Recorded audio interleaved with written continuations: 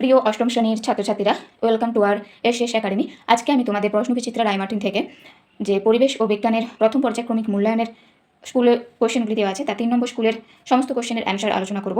আর আগের পেজের অ্যান্সার 1 নম্বর 2 নম্বর আগেই দেওয়া আছে, তোমরা চাইলে প্লেলিস্ট চেক করে দেখে নিতে পারো। আমি প্লেলিস্টের লিঙ্ক দিয়ে রাখবো। এছাড়াও অন্যান্য সাবজেক্টের যদি প্রশ্নবিচিত্রার সলিউশন দেখতে চাও, তাহলেও আমি প্লেলিস্টের লিঙ্ক দিয়ে রাখবো, তোমরা দেখতে পারো। চলো তাহলে শুরু করা যাক। আজকে 3 নম্বর school Contai Hindu girls high school এর প্রথম কোশ্চেন আছে 1 দাগের। এসআইতে আধান মাপার একক হচ্ছে কুলম। সি, যদি বায়ুতে কোনো বস্তুর ওজন W1 ও তরলে নিমজ্জিত হলে তার ওপর ক্রিয়াশীল প্লবতা W2 হয়, প্রদত্ত কোনটি ভাষণের শর্ত? ভাষণের শর্ত হচ্ছে বিয়েরটা W1 সমান W2 হতে হবে। ঠান্ডা জলের সঙ্গে প্রদত্ত কোন ধাতুটির বিক্রিয়ায় আগুন লেগে যায়? এটা হবে সোডিয়াম।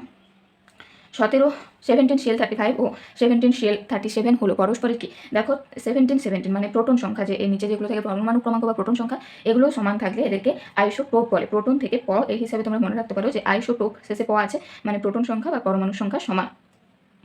জি কে সর্বজনীন মহাকর্ষীয় ধ্রুবক কেন বলা হয়?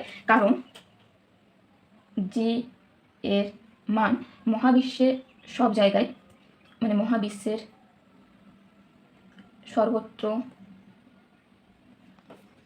সমান থাকে। আর জি কে বস্তুর ভর নিরপেক্ষ বলা হয় কারণ জি এর মান ভরের উপর নির্ভরশীল নয়। ভরের উপর নির্ভরশীল নয়।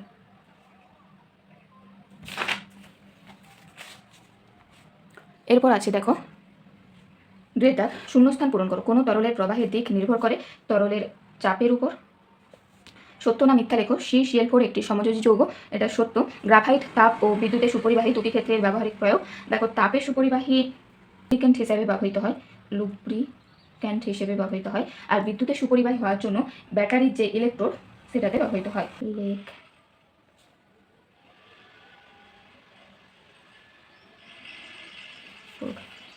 তৈরিতে ব্যবহৃত হয়। লোহার গুঁড়ো ও ফেরাস সালফাইডের গুঁড়োর সঙ্গে পৃথকভাবে লঘু H2SO4 এর বিক্রিয়া ঘটনা হলে কি পার্থক্য দেখা যাবে? দেখো লোহার গুঁড়োর সাথে যদি বিক্রিয়া হয় তাহলে শুধু হাইড্রোজেন তৈরি হবে। যদি লোহার গুঁড়োর সাথে বিক্রিয়া হয় হাইড্রোজেন তৈরি হবে।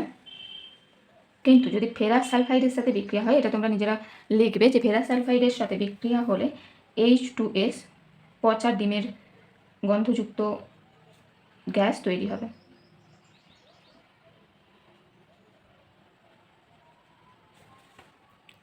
এরপর আছে বায়ু স্তম্ভ বিস্তম্ভ মিলাতে বলেছে। বায়ুর চাপ হচ্ছে 76 সেমি পারদ স্তম্ভের সমান। অবাধে পতনশীল বস্তু, এই পরীক্ষাটা প্রমাণ করেন গ্যালিলিও। Al2O3 হচ্ছে উভধর্মী অক্সাইড। এইটা এমনি শর্ট কোশ্চেন হিসেবেও কিন্তু মনে রাখবে যে উভধর্মী অক্সাইডের উদাহরণ হচ্ছে Al2O3। বেশি প্রসারণশীল ধাতু হচ্ছে Au, মানে অরাম। এরপর দেখো লাইফ সায়েন্সের কোশ্চেন 1 দাগ, অতিরিক্ত অক্সিজেন পরিবহনের জন্য পাখিদের রক্তে থাকে হিমোগ্লোবিন। প্রাণীকোষের বিভাজনে অংশগ্রহণ করে সেন্ট্রোজোম। দেহের তাপমাত্রা নিয়ন্ত্রণ করে স্নায়ুকলা।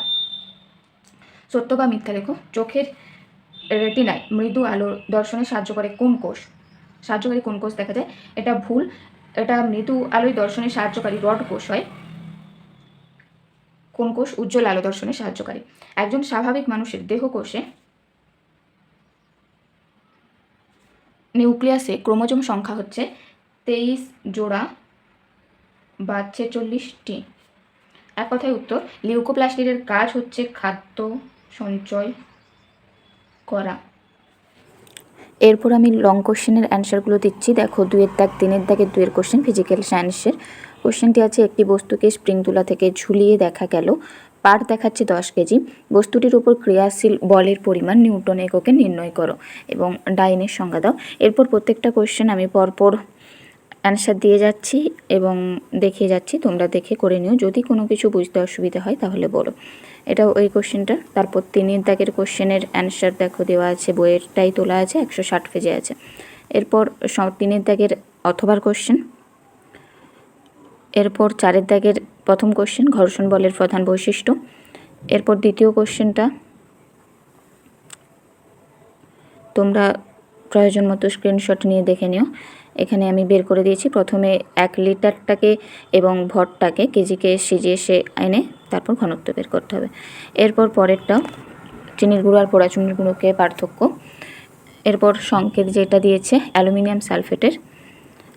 আর এরপর দেখো ডাল্টনের পরমাণুবাদের তত্ত্বটি বই থেকেই দিয়েছি।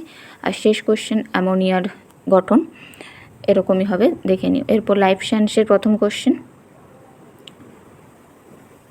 এরপর দ্বিতীয় কোশ্চেনের অ্যান্সার, আর এরপর হচ্ছে 3 নম্বরের কোশ্চেনের অ্যান্সার। আমি অন্যান্য যে উদাহরণ আছে সেগুলোও দিয়ে রেখেছি।